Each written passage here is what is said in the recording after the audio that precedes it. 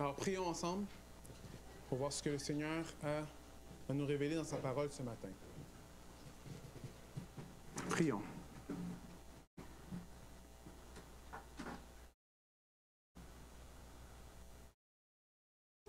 Tendre Père, nous voulons te dire merci. Merci Seigneur que tu nous as fait grâce de se réveiller ce matin. Merci Seigneur que tu nous as fait grâce d'être ici ce matin. Merci Seigneur que tu nous fais grâce d'entendre ta parole encore ce matin. Et Seigneur, je te prie Seigneur d'aplanir les sentiers dans nos vies spirituelles. Que Seigneur, on peut arrêter et vraiment entendre ce que toi tu as à dire. Et non seulement diriger chacun d'entre nous dans la vie spirituelle que tu as établie devant nous, mais Seigneur, qu'on puisse vivre ensemble. Vivre ensemble pour te glorifier.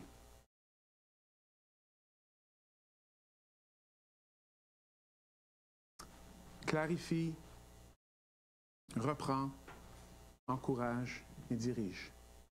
Je prie ça en ton nom, Jésus. Amen.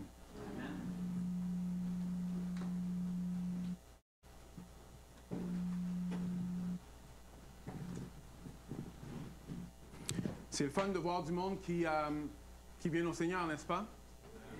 C'est aussi le fun de voir du monde qui sont appelés à se joindre à l'Église, à prendre des engagements officiels, à s'engager envers l'Assemblée pour se servir les uns les autres. Ça, c'est vraiment le plan de Dieu. Le plan de Dieu n'est pas qu'on reste seul dans notre maison en tant que chrétien, mais le plan de Dieu est qu'on le serve ensemble. Si vous voulez compter à travers le Nouveau Testament, toutes les fois que le Nouveau Testament dit les uns les autres, et qu'il y a un commandement attaché à ça, faites cet exercice-là, vous allez voir qu'il y a beaucoup de commandements qu'on n'est pas capable de faire si on n'est pas les uns avec les autres.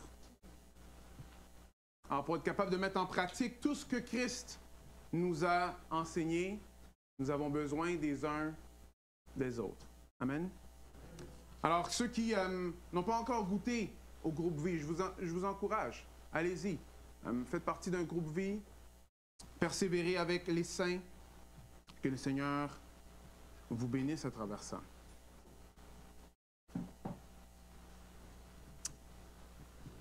Vous savez, de plus en plus dans notre culture,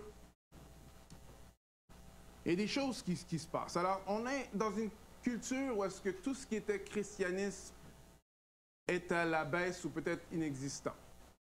Il fut un temps où est-ce que les valeurs du christianisme, la façon de faire du christianisme, c'était quelque chose d'assez populaire dans la société. Mais aujourd'hui, ce n'est pas le cas. Et plusieurs personnes se posent des questions. Ils se posent des questions, et souvent, où est-ce qu'ils vont pour ces questions-là? C'est sur l'Internet. Alors, il y a beaucoup de statistiques qui montrent que de plus en plus, les canaux sur l'Internet qui parlent de choses religieuses, ils ont de plus en plus de personnes qui les regardent. Quand il y a des débats entre différentes religions, de plus en plus de personnes les regardent. Est-ce que c'est juste du monde qui cherche? Il y en a que oui, mais il y en a plusieurs que c'est des croyants. Pourquoi? Parce qu'ils se posent des questions. Suis-je vraiment chrétien? Est-ce que je peux vraiment savoir que je suis avec Christ? Comment fonctionne le Saint-Esprit?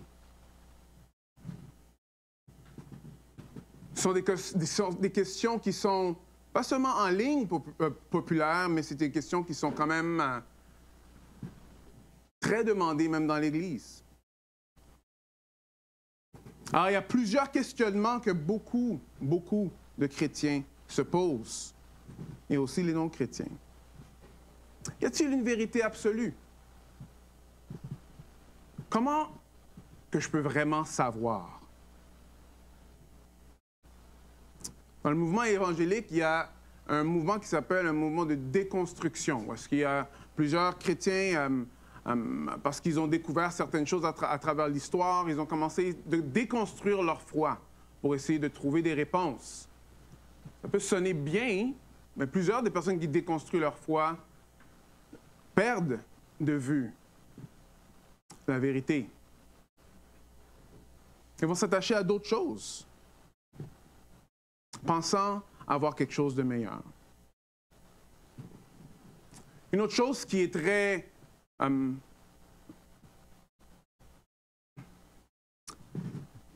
promue dans nos sociétés, c'est l'athéisme, dans le fond. Tous les arguments sceptiques, là. Tout ce qui va contre ce qui est dans la parole de Dieu. On a ça à l'école, on a ça dans les médias, et on a ça sur les médias sociaux. Et plusieurs se posent des questions. Ceci aussi freine beaucoup de chrétiens de même partager leur foi. Il fut un temps où est-ce qu'on partageait la foi avec assurance. Maintenant, il y en a qui vont partager la foi, mais c'est un peu de reculons. On a peur parce qu'on n'a pas de réponse. Ou si on me pose une question que je n'ai pas de réponse, alors ce qui se passe, c'est qu'on est dans un monde maintenant qui est rendu très bruyant, sceptique, j'ai de la misère à dire ce mot-là, et hostile à la foi chrétienne. Je crois que de plus en plus, dans les dernières années, on voit que suivre Christ, il y a un coût attaché à ça. Vraiment suivre ce que Christ est en train de nous montrer, il y a un coût.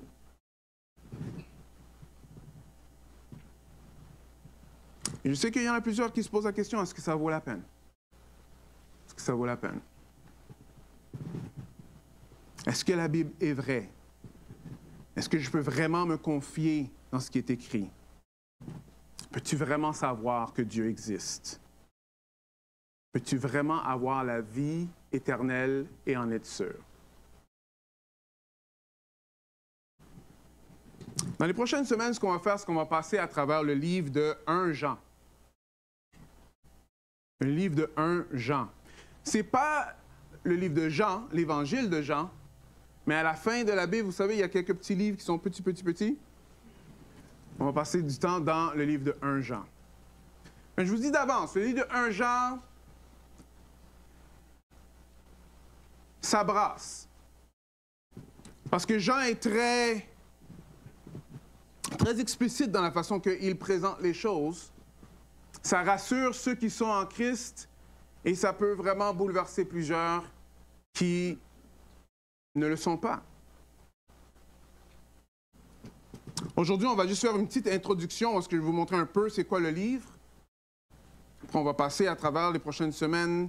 Bon, moi, je vais passer dans le livre de 1 Jean. Et il y aura dans les prochaines semaines aussi certains apprentis prédicateurs aussi qui ont pris certains cours, qui veulent mettre en pratique. On va les entendre. Ça va être un bon temps aussi.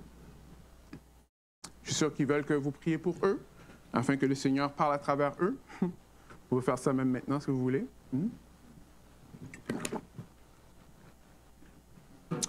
Mais pourquoi 1 Jean est si important? C'est parce que 1 Jean parle à des chrétiens qui vivent une situation qui est un peu similaire de ce que je viens juste de décrire. Ils sont dans un temps où est-ce qu'il y a plusieurs enseignants qui sont en train d'enseigner des choses qui sont contraires à la parole de Dieu et ils sont rendus confus. Mais ils vivent quand même dans une époque où est-ce qu'il y a quand même de l'hostilité contre les chrétiens.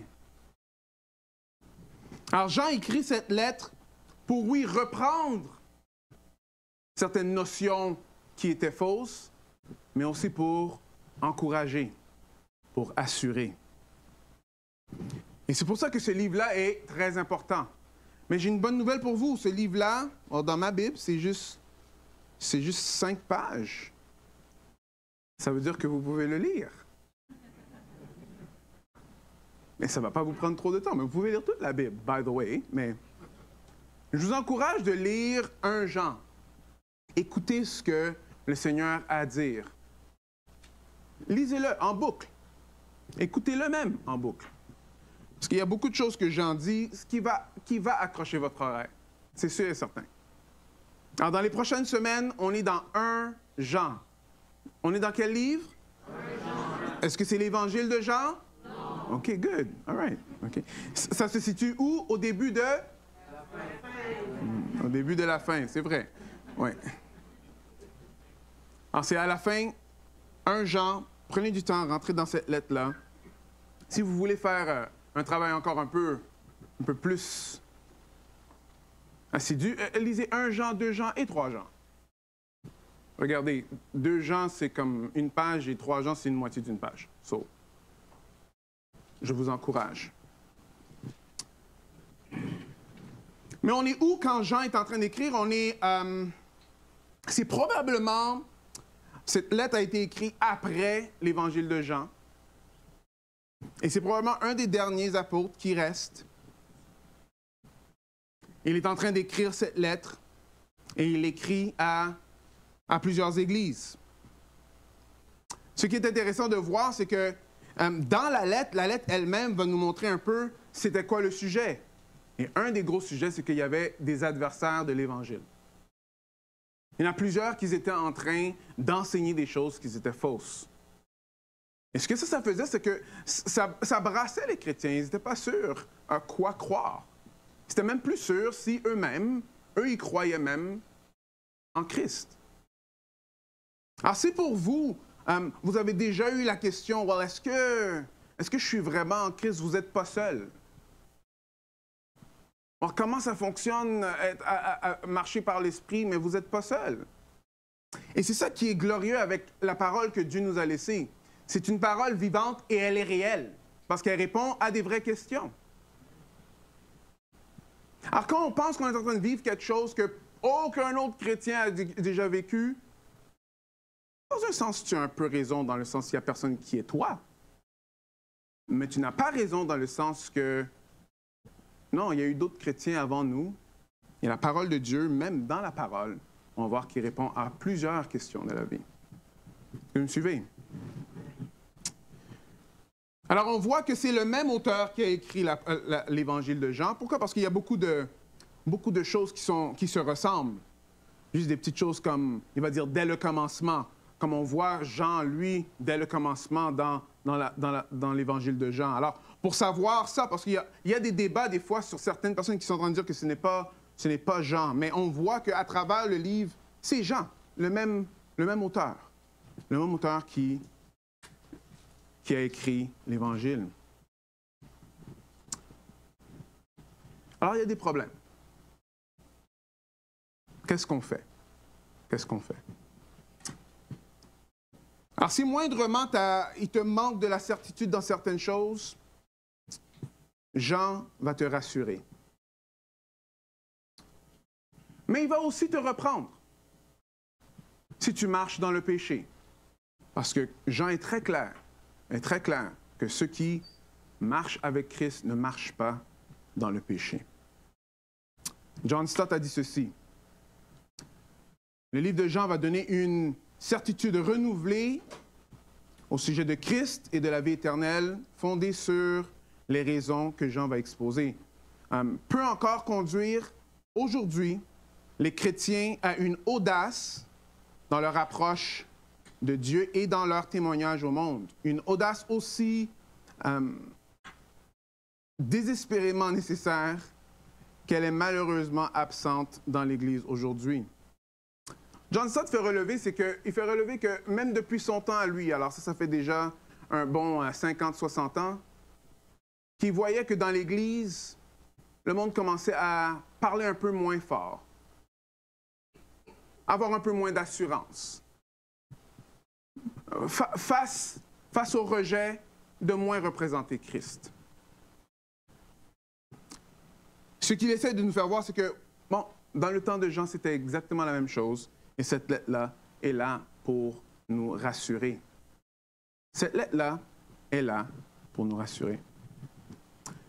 À qui que Jean écrivait? Mais on voit dans la lettre qu'il va parler de petits enfants, de jeunes gens, de pères. Alors on voit qu'il parle à un auditoire qui est quand même varié. Du monde qui viennent de différents backgrounds et qui sont probablement aussi à différents niveaux spirituels, probablement. Alors, cette lettre est pour toi. Cette lettre est pour moi. Cette lettre est pour nous. Allons voir comment il a commencé la lettre. 1 Jean 1, 1 à 4. Ce qui était dès le commencement, ce que nous avons entendu, ce que nous avons vu de nos yeux, ce que nous avons contemplé et que nos mains ont touché concernant la parole de vie. Et la vie a été manifestée. Nous l'avons vue, nous en rendons témoignage. Et nous vous annonçons la vie éternelle qui était auprès du Père et qui nous a été manifestée. Ce que nous avons vu et entendu, nous vous l'annonçons à vous aussi, afin que vous aussi, vous soyez en communion avec nous. Or, notre communion est avec le Père et avec son Fils, Jésus-Christ. Ceci, nous l'écrivons afin que votre joie soit complète. Ainsi la parole de Dieu. On voit que Jean, lui, commence à expliquer des choses objectives. Pourquoi est-ce que vous pouvez faire confiance à Jésus-Christ? Parce que c'est quelque chose qui s'est vraiment passé. Jésus a vraiment vécu. Et il met l'accent. Nous l'avons vu, nous l'avons entendu, nous l'avons touché. Que des fois, je peux juste prendre le temps à penser d'être dans la tête de Jean. Alors Jésus est déjà remonté à la droite du Père. Et de plus en plus, tu réalises de plus en plus que, wow, comme... c'est le Fils de Dieu qui était avec moi. C'est le Fils de Dieu que j'ai touché. Le Fils de Dieu que j'ai baisé, donné un baiser. Le Fils de Dieu que j'ai contemplé. C'est lui que j'ai vu.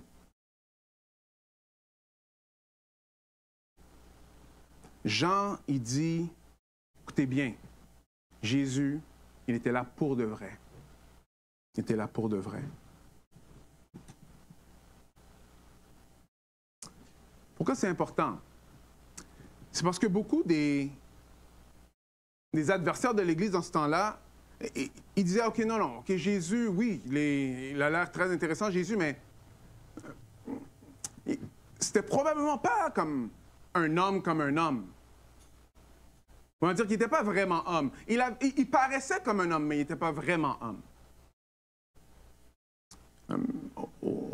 200 ans après Jésus-Christ, on est en train de voir que ce genre de pensée-là a formé une pensée qui s'appelle la pensée gnostique. Je ne sais pas si vous avez déjà entendu parler de ça.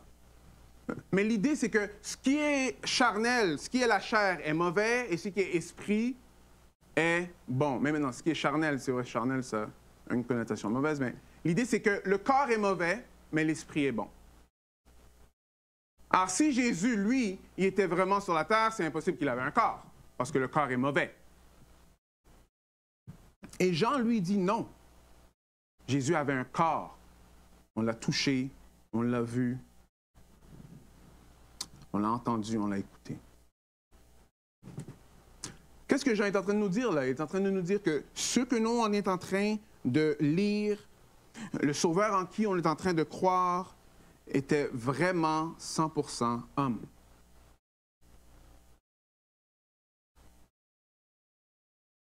Il n'était pas différent dans le sens de son humanité. Mais Jean ne dit pas seulement qu'il est 100% homme, il va expliquer que c'est celui qui a été envoyé du Père. Alors Jésus est entièrement homme, entièrement Dieu. Il l'a vu, il l'a touché. C'est pour ça que nous, on persévère dans l'enseignement des apôtres. Parce que l'enseignement des apôtres, c'est un témoignage de ce qu'ils ont vu, ce qu'ils ont vécu. Alors c'est ça ce qui est objectif. Qu'est-ce que ça veut dire pour toi ce matin? Mais très clair. Dans quel Jésus que tu crois? Jésus-Christ, entièrement homme et entièrement Dieu.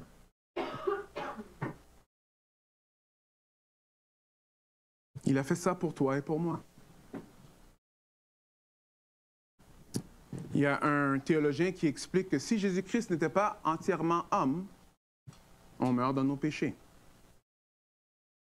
Parce qu'il fallait avoir un homme sur la croix qui meurt pour les hommes.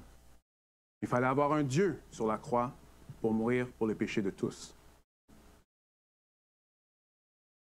Jésus est entièrement homme et entièrement Dieu. Alors, les adversaires avaient beaucoup de misère avec ça. Et c'est pour ça qu'il met l'accent sur ça. Il va dire ceci. Alors, voici le message que nous avons entendu de lui et que vous annonçons. Dieu est lumière et il n'y a pas en lui de ténèbres. Reconnaissez à ceci l'Esprit de Dieu. Tout esprit qui confesse Jésus-Christ venu en chair est de Dieu. Je trouve quand même intéressant l'idée que le Dieu de l'univers aurait pris la forme d'un homme. Si vous voulez avoir des problèmes dans des conversations spirituelles, dites ça. Ça dérange jusqu'à aujourd'hui. Qu'est-ce que ça veut dire 100% un, 100% Dieu? Dieu ne peut pas faire ça. Alors, vous voyez, même l'idée qui était dans le premier siècle est toujours là parmi nous. Mais c'est vraiment ça le miracle. Et c'est vraiment ça qui fait en sorte que nous, on peut être sauvés. Parce que Jésus-Christ a vraiment revêtu la chair d'un homme. On aurait dû avoir beaucoup plus d'amen que ça. Mais vous voyez, il y a des philosophies qui ressemblent un peu à ce que le monde du premier siècle, eux, y croyaient. Il y en a qui appellent ça le docétisme, c'est juste des... Si vous ne connaissez pas c'est quoi, mais l'idée c'était ceci encore.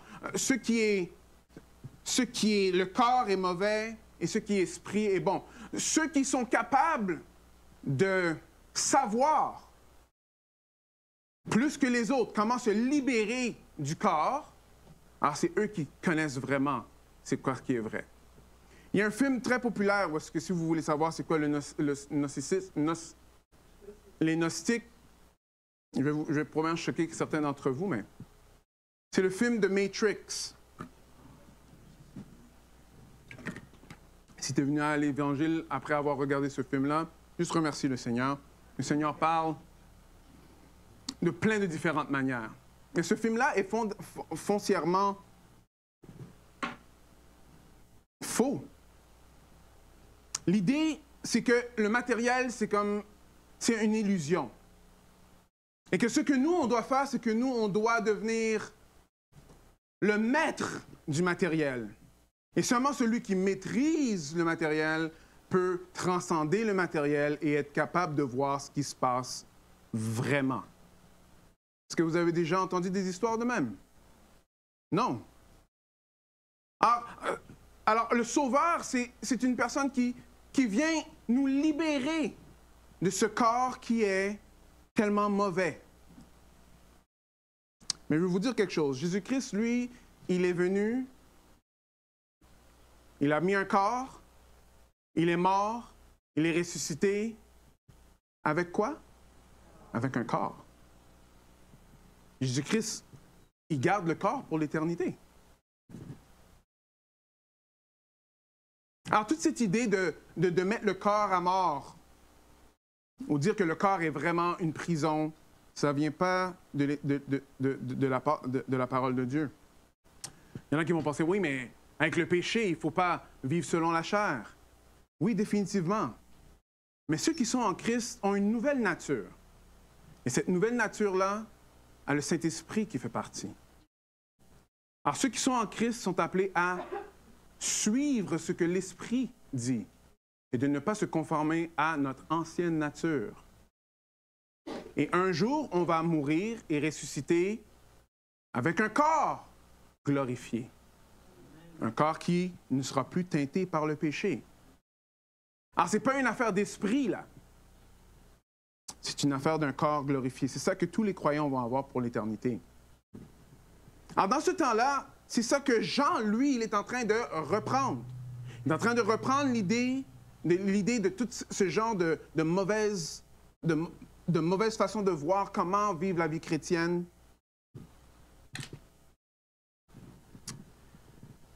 pour encourager ses auditeurs. Alors ça, c'est objectif, qu'ils ont touché. Il a touché, il a vu. Mais il y a aussi un aspect subjectif. La lettre de Jean va nous montrer comment vivre la vie chrétienne. Alors, c'est quoi vraiment vivre la vie chrétienne? Et il va passer à travers ça. Si vous voulez savoir, c'est à propos de quoi? 1 Jean, juste lisez les « afin que ». Il y a beaucoup de « afin que » dans Jean.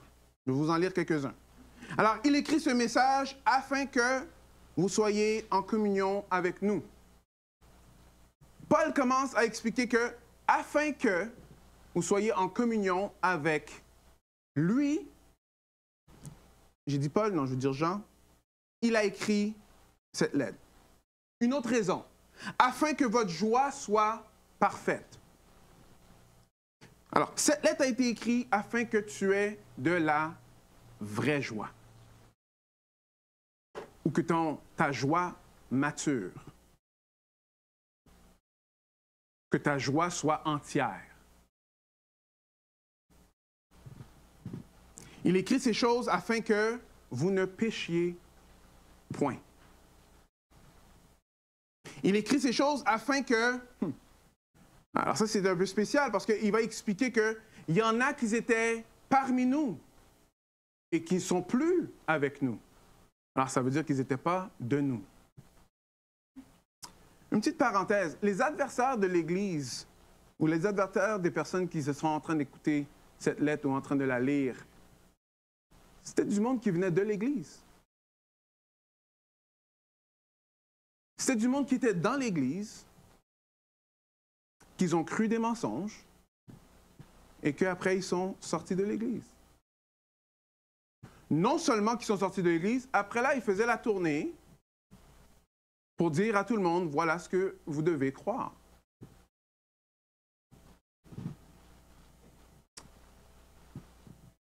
Et dernièrement, le dernier afin que, c'est afin que vous ayez de l'assurance. Afin que vous ayez de l'assurance. Il va dire ceci, afin que quand il sera manifesté, nous ayons de l'assurance et que nous ne soyons pas couverts de honte.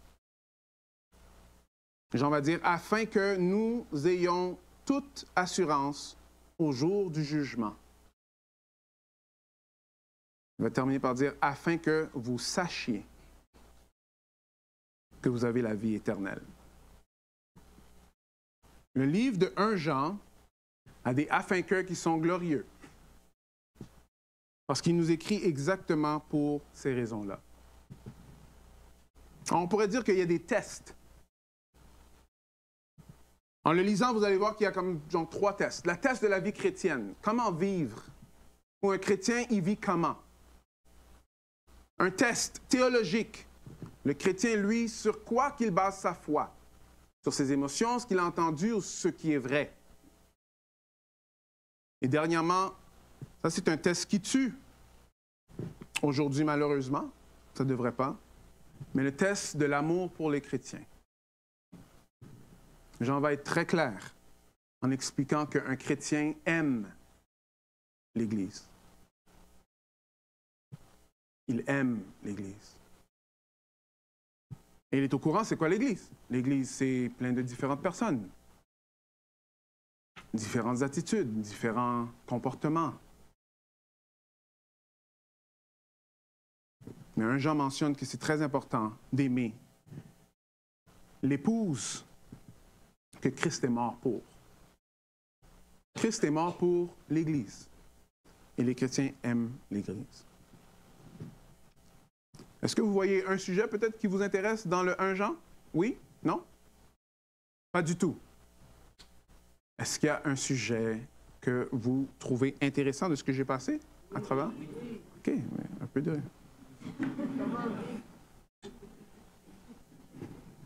Alors, si vous n'avez pas de sujet, voici quelques questions. Comment ne pas pécher? J'ai besoin d'une confirmation que je connais Dieu. Comment savoir que nous sommes dans les derniers jours? Comment savoir si je connais vraiment Jésus? Comment savoir qui est Dieu et qui est avec Dieu et qui n'est pas avec Dieu? Comment savoir si je suis vraiment sauvé? Ça, c'est les questions que 1 Jean, il répond directement. Dans les prochaines semaines, on va passer à travers ça. On va passer à travers ça.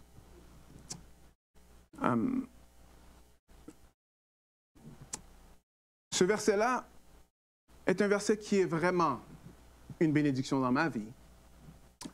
Et c'était une bénédiction dans la vie de Jean, c'est pour ça qu'il leur a dit ça.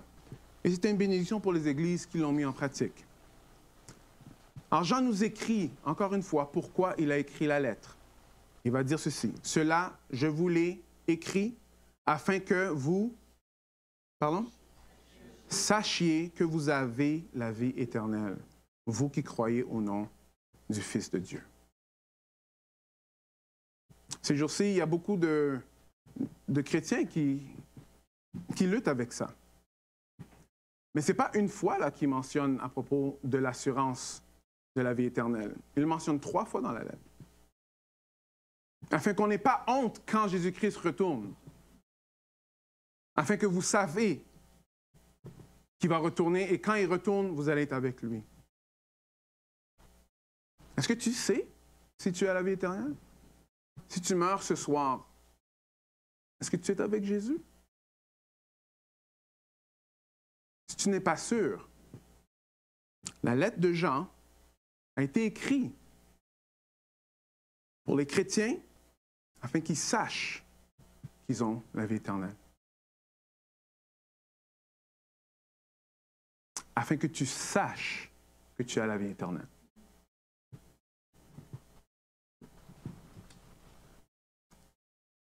Cela est important.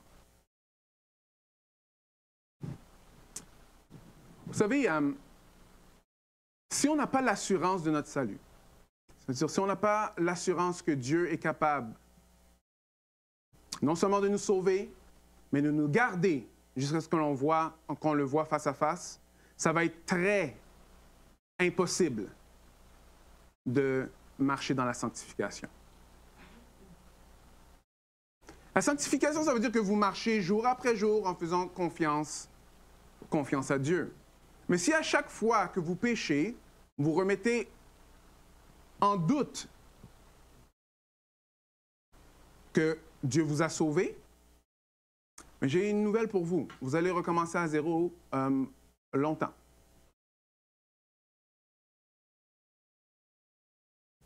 Et c'est intéressant parce que même ceux qui étaient contre l'Église ici, dans 1 Jean, ils étaient en train de mentionner un peu ça. Oh, parce que, dans le fond, ce qui compte, c'est l'esprit, le corps ne compte pas, alors nous, on peut faire ce qu'on veut avec notre corps. C'est ça le raisonnement. Et Jean reprend ça très, très sévèrement, parce que si quelqu'un dit qu'il suit Jésus-Christ, mais qui ne suit pas ses commandements, il est un menteur. Oui, le mot menteur revient plusieurs fois dans le livre de 1 Jean.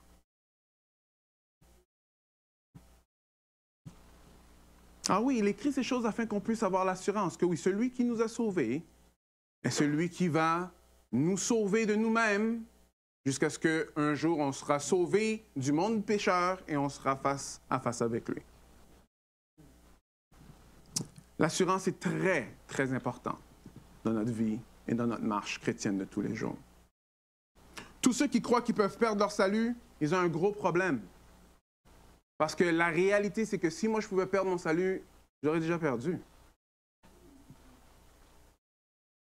Alors l'envers de la médaille, c'est ceci. Ah, mais moi, si tu crois que tu peux perdre ton salut, et dans le fond, tu es toujours dans l'Évangile, alors tu es un chrétien qu'on devrait tous suivre, dans le fond.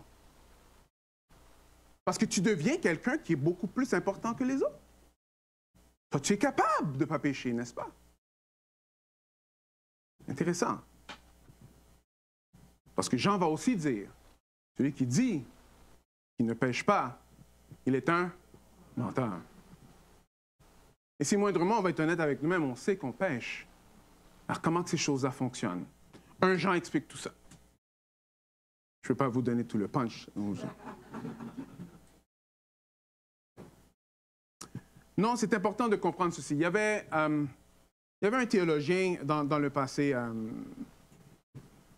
même pas dire son nom. En tout cas, ce théologien-là, il a cru qu'à la fin de la vie chrétienne, on pouvait arriver à la perfection chrétienne. À la perfection chrétienne.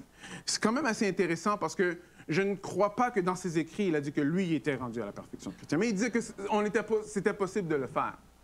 Alors, être dans un état où est-ce que finalement, on ne pêche plus, on est dans le fond comme Christ. La réalité des choses, c'est ceci. Écoutez bien ce que je vais dire. C'est important de comprendre vraiment bien ce que je suis en train de dire. Dans l'Esprit de Dieu, alors quand on marche dans l'Esprit de Dieu, quand on fait confiance à l'Esprit, si on marche dans les voies de Christ, c'est 100% toujours la victoire. L'échec vient quand on vit par la chair. Est-ce que vous me suivez? On est appelé à vivre par l'Esprit de Dieu. Alors, si tu luttes avec des péchés, la solution, c'est de vivre par l'Esprit de Dieu. C'est l'Esprit de Dieu que, en se soumettant à son Esprit, c'est ça qui met à mort les œuvres de l'ancienne nature. Est-ce que vous me suivez?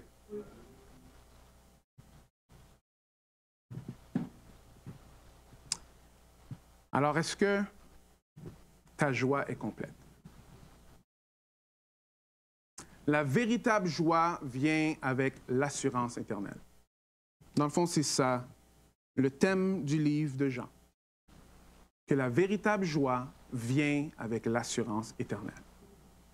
La bonne nouvelle, c'est que l'assurance éternelle, ce n'est pas toi qui va t'assurer. C'est à cause de ce que Christ a fait.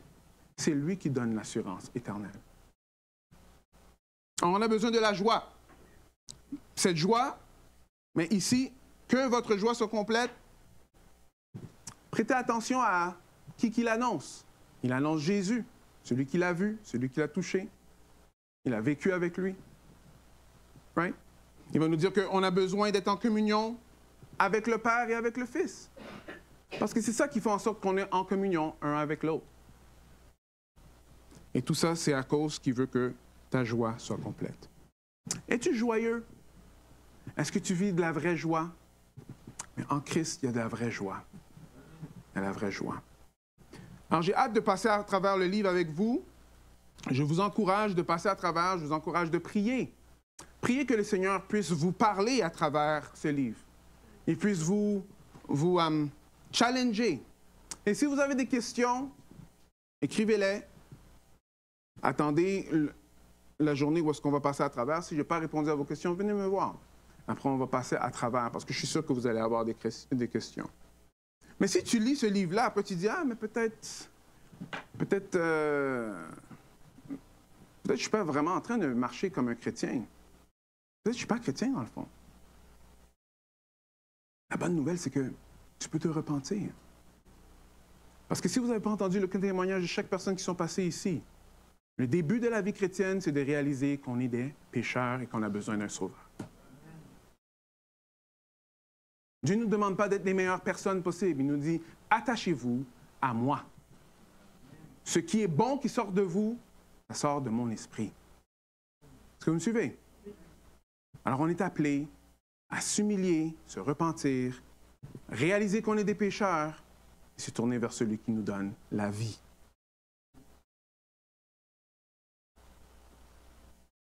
Jean va dire ceci.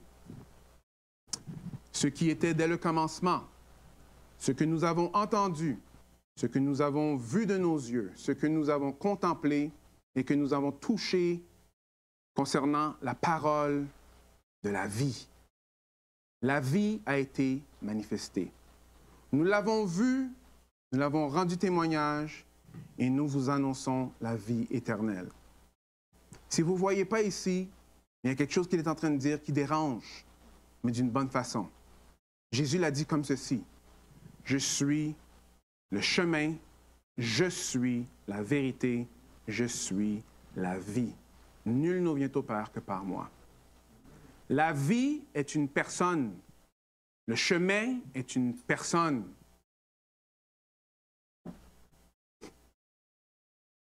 Vous avez besoin de cette personne-là. Vous avez besoin de Jésus. c'est lui qu'on va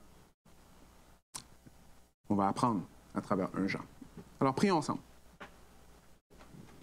Tendre Père, on te prie et on te remercie pour ta parole. On te remercie qu'elle est puissante et que jusqu'à aujourd'hui, Seigneur, elle peut transformer, elle peut sauver, elle peut délivrer, elle peut convaincre de péché.